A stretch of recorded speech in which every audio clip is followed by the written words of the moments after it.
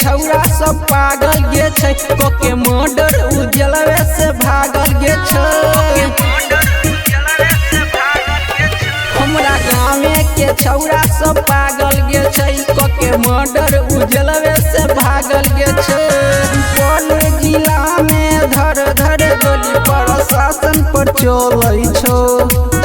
पूर्णिया जिला में धर धर गोली प्रशासन पर चलै छौ। दरभंगा जिला के नमवा रंगदारिये में चलै छौ। मधुबनी जिला के नमवा रंगदारिये में चलै छौ।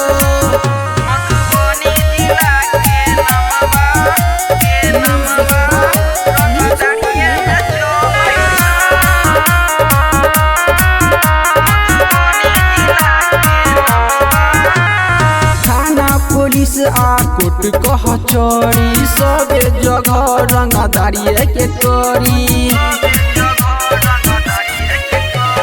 थाना पुलिस आ कोर्ट कचहरी सबे जगह रंगदारिये के करी। पूर्णिया जिला में धर धर गोली प्रशासन पर चलै छौ। दरभंगा जिला के नमवा रंगदारिये में चलै छौ। मधुबनी जिला के नमवा रंगदारिये में चलै छौ।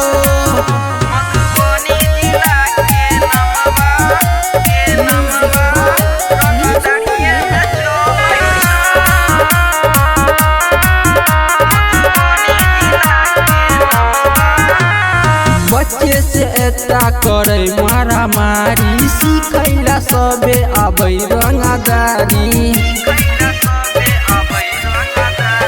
बच्चे से एता करे मारा मारी सिखैला सबे आबै रंगदारी। खगड़िया जिला में धर धर गोली प्रशासन पर चलै छौ। दरभंगा जिला के नमवा रंगदारिये में चलै छौ।